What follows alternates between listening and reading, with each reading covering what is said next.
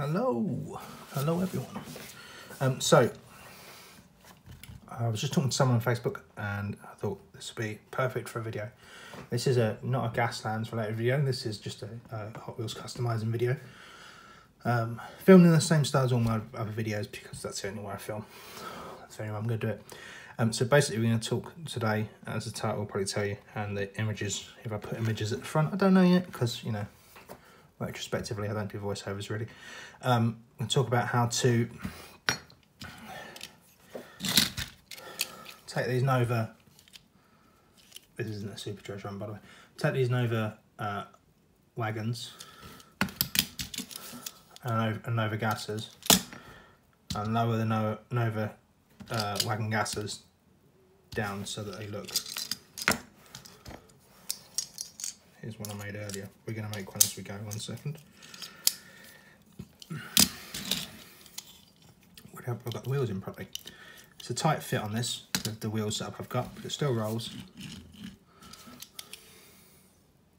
I'm out of gloves, so I have to put on my gammy hands. Sorry. 2 secs. And I'm still having trouble with the white on my bloody phone. Yeah, so it still rolls. Put whatever engine you want in it. Make a firewall if you want it, etc, etc. From the outside, once it's together, the only real noticeable thing the way I've done it on this one is that I've drilled a second hole for the post for the Nova gasser, and this post hole is empty. I know a lot of people get bothered by the bases and underneath and how neat it looks, etc, but it's just not something I do. Doesn't, some people would say it wouldn't make me a proper customizer, but I'm not really bothered.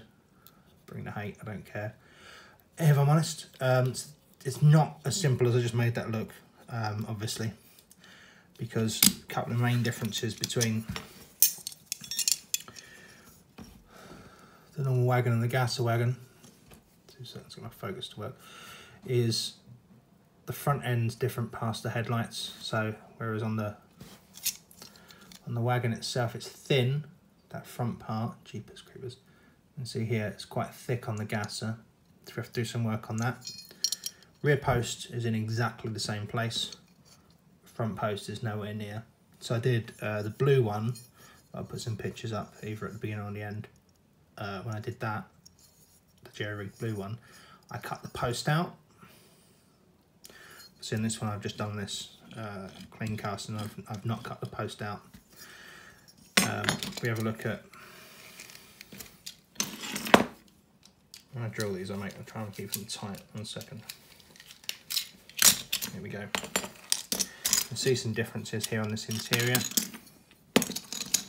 and the glass between the two, other than the awful colour.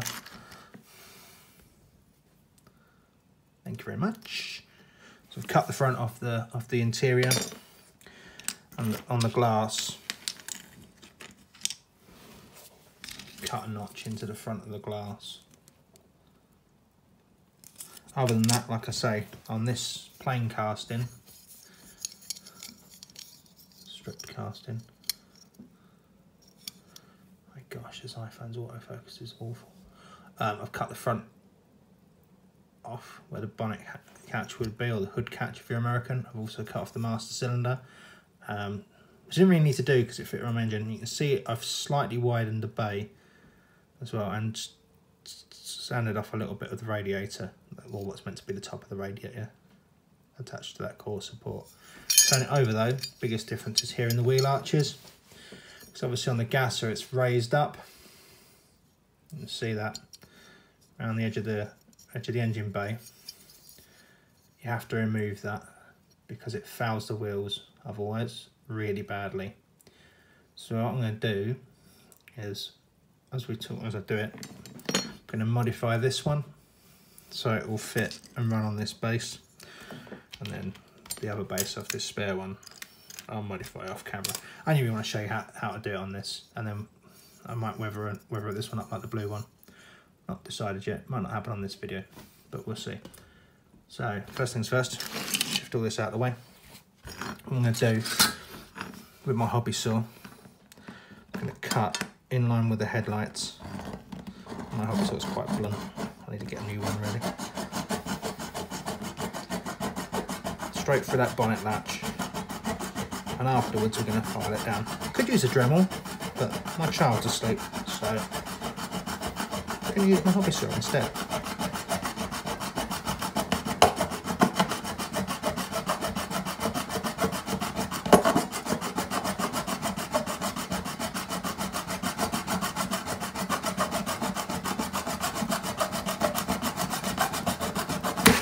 There we go, that was easy enough. And yeah, my blade is slightly twisted on my hobby saw. I dropped it on the floor the other day, which is a right pain in the backside. But there you go.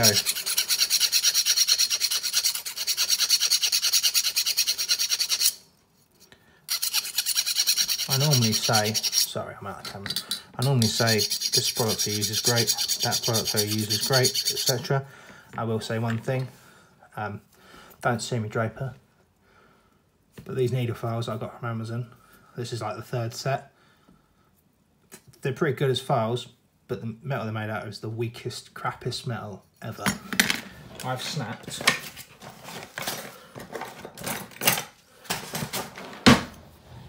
3 of these straight flat ones with that really, really handy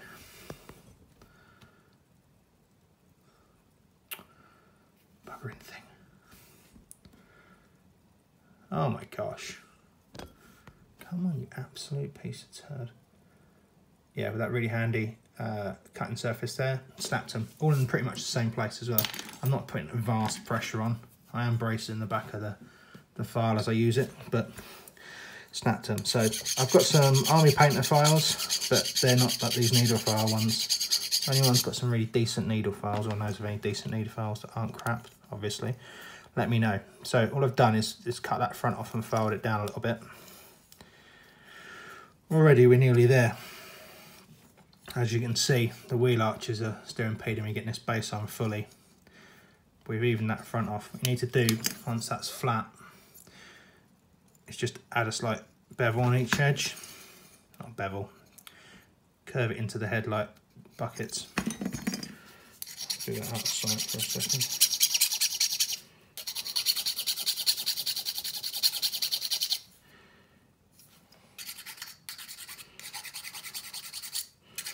Once I start, as I go at an angle, once I start taking the paint off the front of the headlight buckets, oh gosh, then I know I'm pretty much there, as you can see. I'm just going to give it, things that are good though, these flexible sponge files, for nail art and doing your nails and stuff. Obviously I don't, as you can tell, because I've got gammy old nails. Right, so obviously with this pre-done base where I've drilled the hole, that lines up much better now. This won't sit fully up until we've sorted out these inner wheel arches. So that's what we're going to do next. Now, like I say, I'm not going to use my Dremel because it's a knockoff Dremel anyway, but irrespective, I'm not going to use that because my daughter's asleep. I don't want to wake her up because it's a pain in the backside to put her back to sleep again. So what I'm going to do is I'm going to use my cutters, and these are, again, these are my crappy cutters, not my decent cutters. I'm going to make loads of slits with my cutters all the way around this edge, and then use a pair of pliers to bend it and snap it off, and then I'll file it afterwards. The metal's soft enough to do that. In fact, as I'm nipping it, I'm bending it at the same time. Because it's been folded over, I don't know that necessarily makes the material inherently weaker there, but it isn't too much of a task to do. I'm afraid my hand's going to have to block this for a little bit because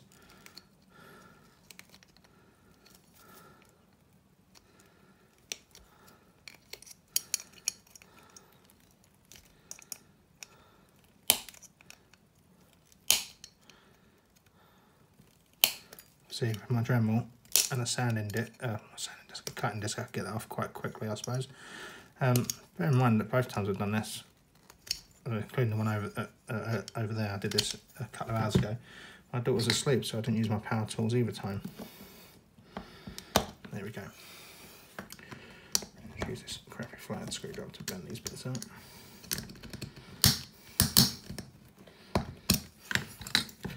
So, you look at my Instagram, did a lot of gases. I've done a lot of gases. I mean, there's no Wagon gas that came out. Ooh, that'd be something different to do. Done loads of gases over the years. In fact, predominantly I was just doing gas fans and gases. I mean, I've got to think about the G word. I don't know. So that's come out pretty rough. What I'm going to do, sorry, again, that's me. What I'm going to do is I'm going to go in there in my files, file this all so it fits. This bit around the master, this is the other thing, I've cut the master cylinder off before because it fouls that edge. If you want a really clean cut, I suggest taking that master cylinder off, which is what I'm going to do now actually. So yeah, it is meant to be the master cylinder. And that just pinged across the room somewhere. There we go, and I can get right into that corner then, because otherwise it's going to foul the wheels, and we want it to roll, obviously. So because I've broken all my flat files, I use the rounders. What I tend to do, so I'm just going to make passes over this, stabbing myself in the hand with my file at the same time. Silly. Until I've burnt this down a bit. What I tend to do as well is when I'm getting closer to the angle where I'm going to hit this wheel arch, I'll turn around to the curved edge and I'll go at it curved as I'm going, so I don't burn through this wheel arch, because that's not the aim.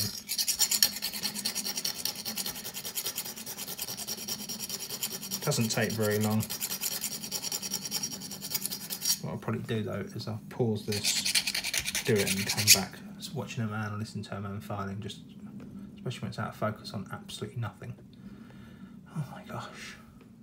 Bloody iPhone. Yeah, I'll be back in a minute. Right, so that's all done. There we go. So where I've filed round and we've exposed some paint, we'll be touching it up in a minute. What I'm going to do is I've decided I was doing that. I might as well just go through the full build on this. So, just have a look, see it lines up. Does it roll or is it binding? It's binding there on that one wheel.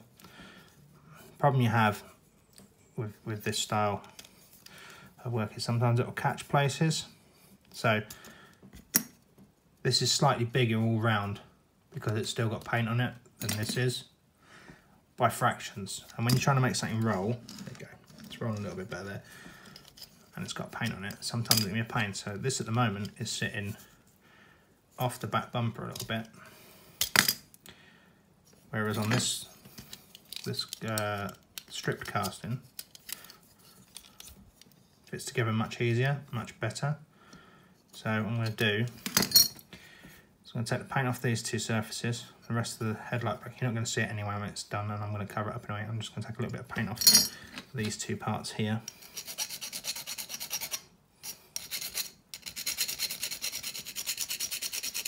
Sorry, I need to keep on. I'll get there eventually. With the old camera angles and stuff. At least I notice. Doesn't go on for half an hour before I notice. Okay. That paint hopefully will make the difference. There you go, that fit together much easier that time. All the wheels roll.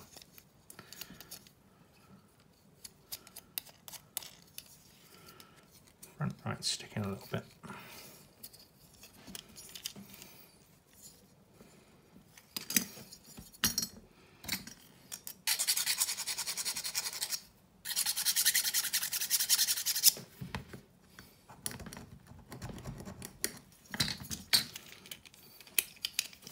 Sorry, I keep on moving off the camera. There we go.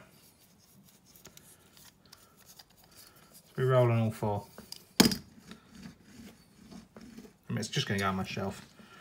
But yeah, so we're rolling on all four.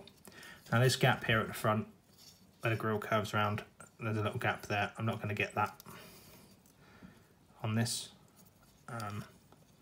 To me, it's not too, it doesn't matter. When I glue this together, I'll raise this up a bit anyway, so it hides that a little bit more. And the only other place it's a little bit out is here at this bottom edge here, which I know would bug a lot of people, but this is my version. It's not necessarily the best way to do it. I'm certainly no superstar expert or anything like that. So when I do a weathered normal car, oh, that doesn't sound right at all, does it? Let me try and put it in better context. When I weather up a car with standard tampos on it, there's a couple of things I do. So I've got an example here. One of my weathered cars, I don't think I've all sold. So I've got no examples here. I've got any on the shelf somewhere. Sorry, won't be a second.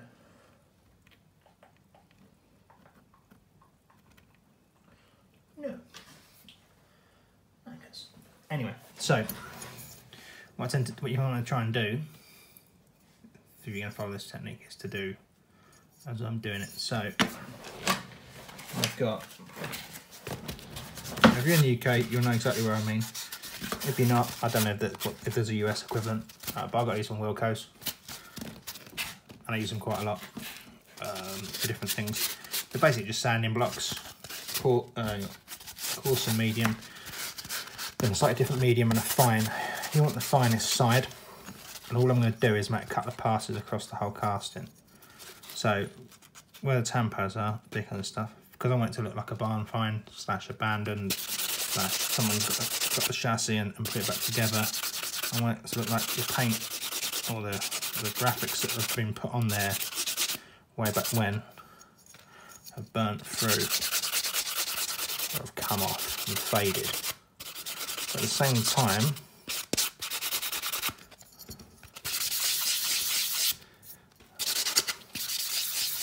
I'm doing swirling motions, which anyone that owns a real car knows that swirls look horrible on car paint. Luckily this is a matte grey, so it doesn't really matter. I'm not trying to go right through the paint, because you can, but on these main lines, you can burn through the paint quite quickly. All I'm trying to do, like I say in my other videos, all I'm trying to do is give it a bit of texture, change it up a little bit, just enough that it makes sense. So the next thing I do in this situation, or with these, this is an off the cuff video, so I've got nothing set up. Oh no, got a load of stuff on the floor. It's cool. So I've got my trusty dirty palette, everyone's seen it already in my other videos. And my sponges, I'm not really going to use my sponges on this, I'm just going to use a couple of paint brushes. Now I've got lots of different paint brushes. I've got like Kolinsky Sable brushes as well for figures, but on these don't really use them. So I'm going to look for is a grey that's fairly similar.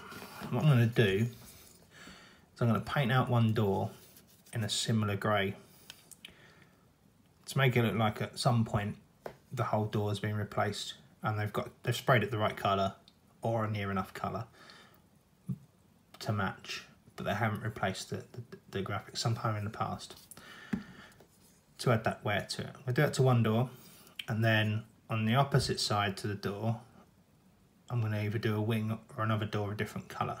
What I did on one of my other ones is I did two doors a different colour, a door on this side and the wing on this side the same colour,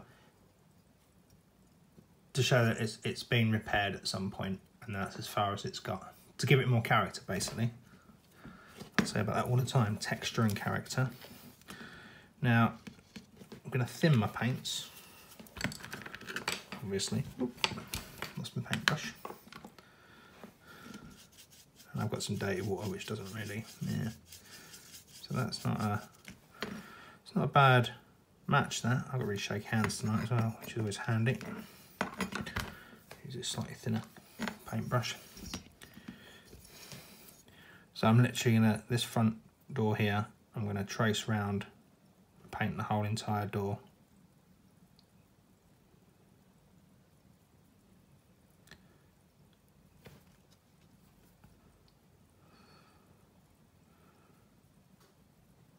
I'll do one coat.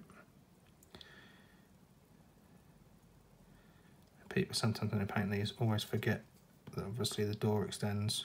But this grey, you're not going to notice it too much. It's quite a good match. Shade wise, obviously this isn't matte, but we can sort that out at the end. put a coat on it. Maybe I won't. It's quite warm today, so my paint's drying quite quickly, even though I had a little bit of water, so probably need to add a little bit more water. What I'm trying to do is get smooth. There we go.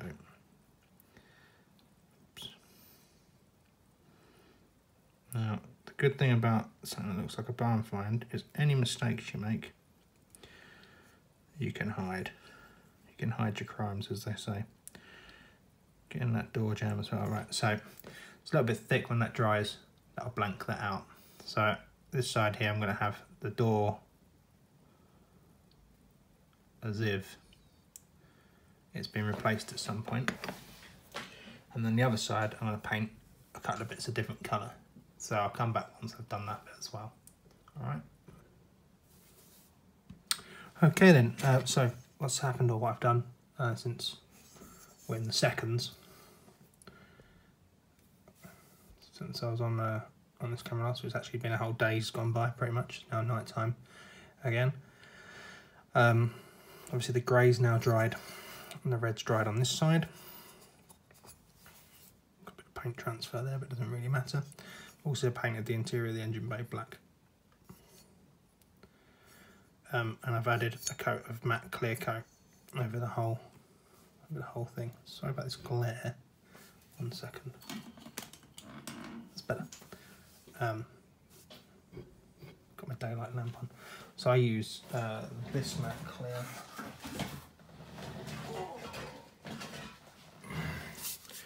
Plastic coat matte clear from the range here in the UK. It's alright, comes out alright. Done a good job on this. Like I said before, sorry, my autofocus doesn't like to work on my phone a lot. It's not a bad match. It's also matted that right down. Same as the red. I've done the red, obviously I've left the panel gaps and the sill not red. A bit of grey paint transfer there, but it doesn't really matter. I'm going to go over that in a bit. So it's got one coat of matte clear on it, all over. What I'm going to do now, so I'm going to apply a sepia wash. Wow, the focus on this phone is obnoxiously bad. There we go. Sorry, it keeps on rocking. I'm on like an arm with my iPhone to film these things. So yeah, so I'm going to apply a Seraphim sepia wash from Citadel. They don't come in these dropper bottles. I put all my paints into dropper bottles because I have a rack that I've made here. Don't need a vast amount. It's really just for the panel lines, but as I'm doing it, I am brushing down from the top down. This brush is a bit stiff. It's dried out. We'll need more than I put in that palette though.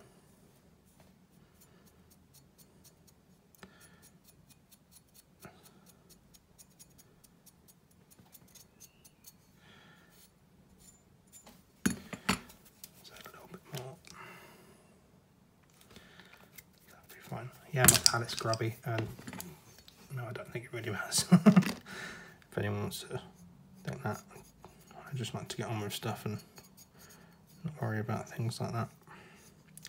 So, like you would normally if you wanted to highlight panel lines, you'd use like a black panel line wash. This is doing that. For me, this is doing that, but it's also at the same time making the paint look a bit grubby. Like I said, you don't need a vast amount. Just take some off the back there. Matte clear means that theoretically you could get this off if you needed to. It's hiding some of your crimes as well, which is good. So I did 2 coats of wash, and the reason being, especially on these with this massive long roof, this is going to leave streaks on this roof. So when I do the second coat of wash, I'll tell you about that in a second. But what I tend to do on this, on the roof, on the flat panels like this, is get a dry sponge. In fact, you can do it. I've done it before. You can do it all over. Just take some of that excess off, add a bit of texture to it. You see on the rear, it's coming right into the panel lines, coming to the panel lines around the door. Missed a little bit there.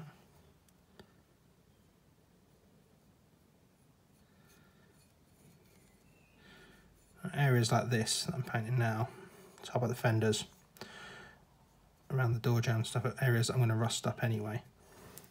Same for the roof. You can see with the roof now it's drying up a little bit. Gives it a bit more of a bitty. You've ever seen Little Britain, you know what about that. Bitty.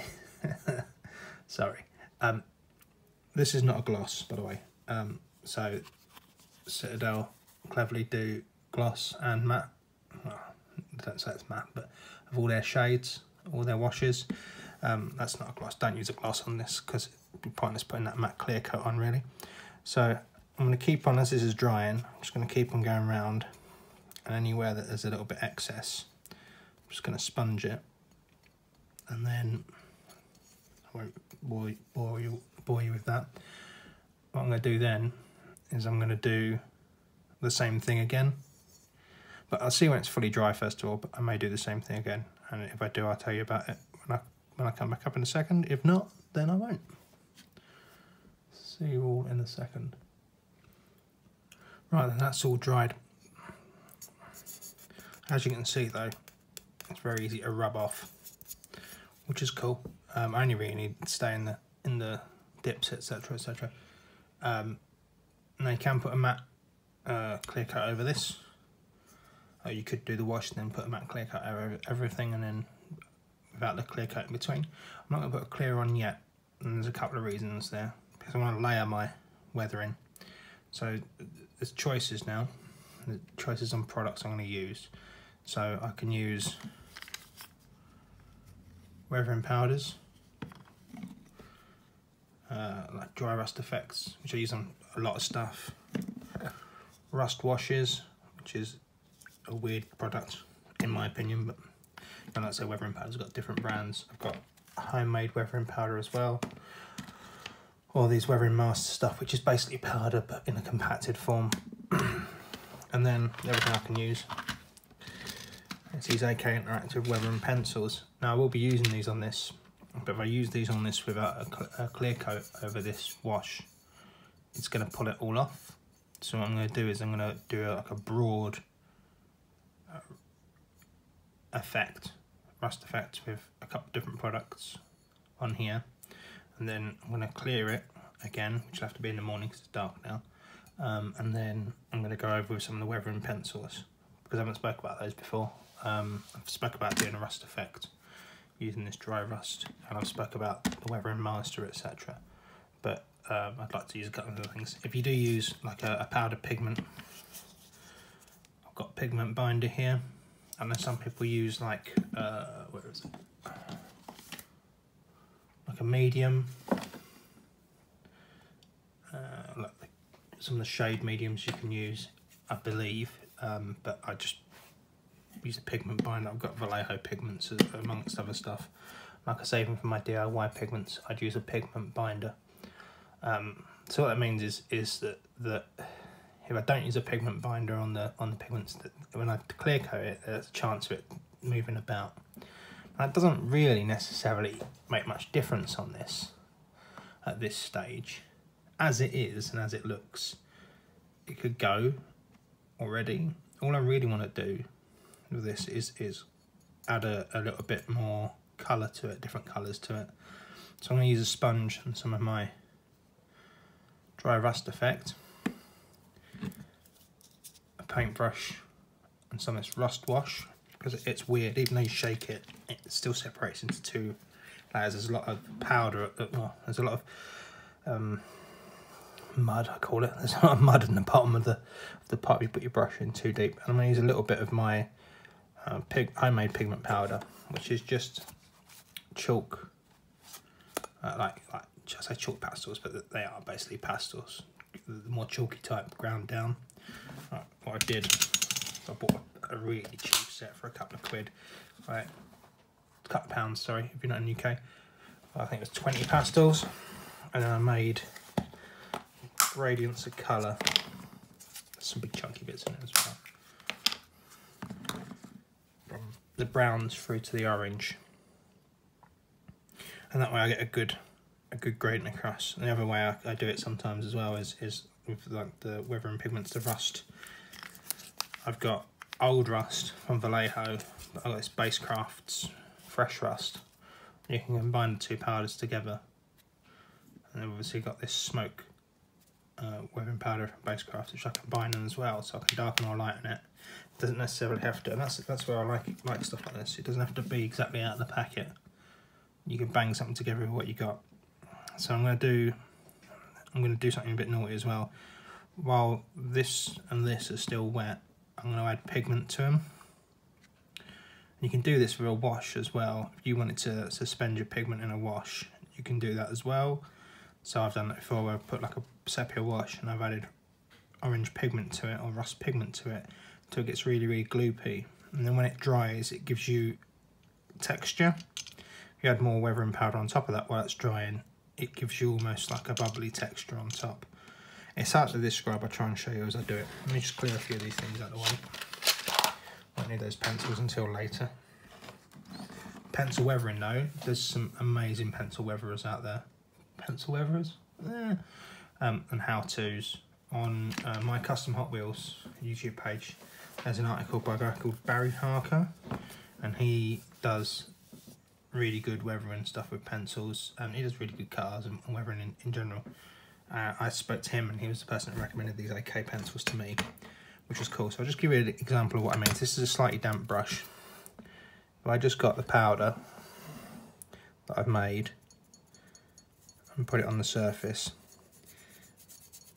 in places it's going to stick. See, the dampness on the brush is moving it around now. So it's now on a liquid. So I've turned the powder into turned the pigment into from a powder into more like a mud, like a paint, basically. I'm basically painting with it now because the brush is still slightly damp. It's picking up. Now as that's still drying, if I took another pigment and added it, you can see it's clumping on my brush as well. So this is more the rusty pigment, and added it to that.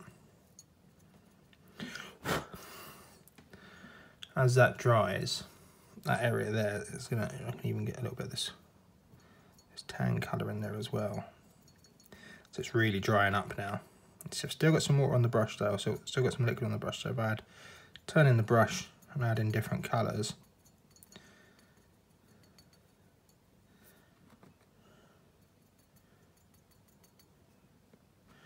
could say from my homemade pigments, you will get dust everywhere as well. I've got a couple of dark brown rusty patches. What we'll do is we'll leave them there. I won't touch them anymore, just on the pigments. It's not going to look like rust because there's not enough texture in my book for it. I'll give you an example what I mean by that. Oh, there goes my paintbrush. Yeah, no. So we use this weathering this Army Painter FX rust. I normally use it with a sponge. If I use it with a brush, I get a tiny amount on. It dries unless it's thick, it dries a lot lighter than this. If I just put a patch, picking up some of the loose pigment here as well, see it's changing the colour.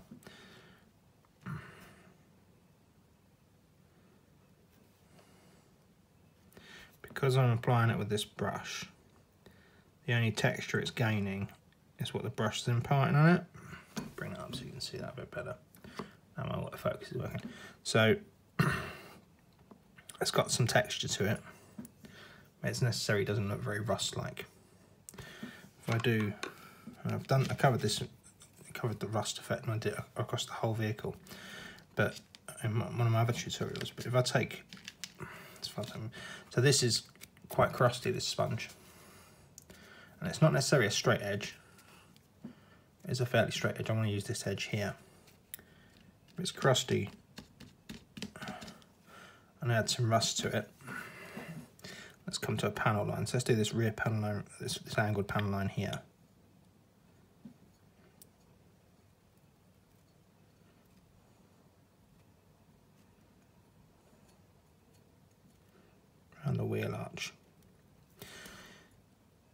see, because the sponge isn't fully touching it in all places, because it's a little bit haggard, it's still giving me a fairly straight cut through, as it would be around a panel. So I'll bring that back closer. You can see the texture's greater than just by a brush. It's certainly greater than just the weathering powder on its own. But as that's still slightly damp, well, I'll give you an example. I'll dampen this back up. With this still being slightly damp, add a little bit of this to it.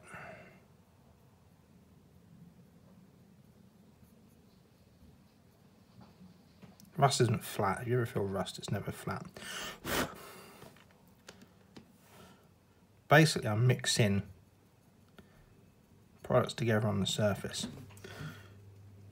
Now you can see now, if it focuses properly, there's lots of little rust patches there. This is a tutorial within a tutorial. I mean, this is basically just me showing you how to lower a car. I've turned it into how to do a bit of weathering with some rust and some pigment. We get a different colour, a tiny amount, slightly more red.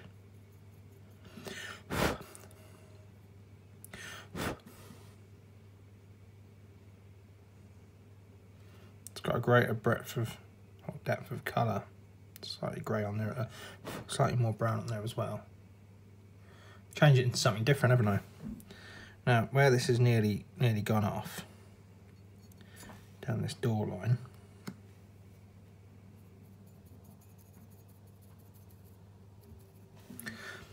come in like that, and I've added a bit more powder to it. It's dried fairly flat. When you feel it, it's not flat at all. And what I was saying before about this stuff becoming the powder to settle, because I've used a bit of water or a bit of liquid, it's in suspension, so it's dried in there. This part here though can still come off. Now I won't need to put a pigment fixer on that because I'm going to spray matte clear in a couple of very thin coats. If I didn't, through handling and over time it'll gradually fade away. If I just applied pigment like this, hammered it down, you can see hardly any's come off at all. So it needs something to grab onto, to hold onto, whether it be a tiny bit of water as you're applying it or not. That's why the Tell Weathering Master stuff, which has got, it's almost like a mascara style, not mascara, like a makeup feel to it. So it's slightly greasy, so it's got an oil base to it somewhere. When you apply that, then it sticks to surfaces. And I've shown it in a previous video, but I'll show you what I mean on here. So the consistency is almost like dried up oil paint. Is the best way I can describe it, like a makeup. You can see on my finger.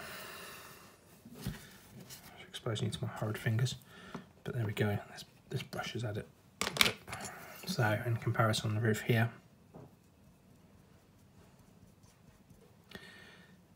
the thing is, it has a surface to it. It has no texture to it. If I apply it over where we applied this textured stuff before, though, where I textured it up slightly, and here as well, it takes on that texture. Now if I go around the door, that texture's transferred. It's brightened up the colours as well, same as it did on the rust tutorial. That's really all I'm going to say about that, because otherwise it becomes another rust video. What I'm going to do is I'm going to stop the camera, and then I'm just going to do this effect all over the vehicle. Not in a large amount, because it doesn't need to be too rusty, just enough for it to make sense. And I'll come back when that's done. Alright then folks, and this is the car all finished. So I didn't film me putting it back together, I didn't film me painting the engine. I've chosen a slightly different engine. It's still a 3D printed one that I got from Tom Walton at Walton Star 164th. Yeah, came out really good. A bit dust there already. Yeah, came out really good. Still rolls, so that's good. Added some yellow glass that I had from that multicoloured tie-dyed Wagon. The yellow glass looks pretty good. I think it adds to the feel of it. So the look is exactly how I wanted it to be. Quite a rusty barn find that someone started fixing up. Chucked a big motor in, more for sort of the street, or it Pro Street they call it? I can't remember. But yeah, more for the street. Yeah, detailed the headlights, detailed the tail lights. Done dusted. Like I say, all the wheels still roll. So it still rolls, and that's all that matters. That's it for the video. Thank you very much for watching. I hope it gave some people some ideas, some inspiration. Yeah, like, comment, subscribe, all that jazz. Thank you very much.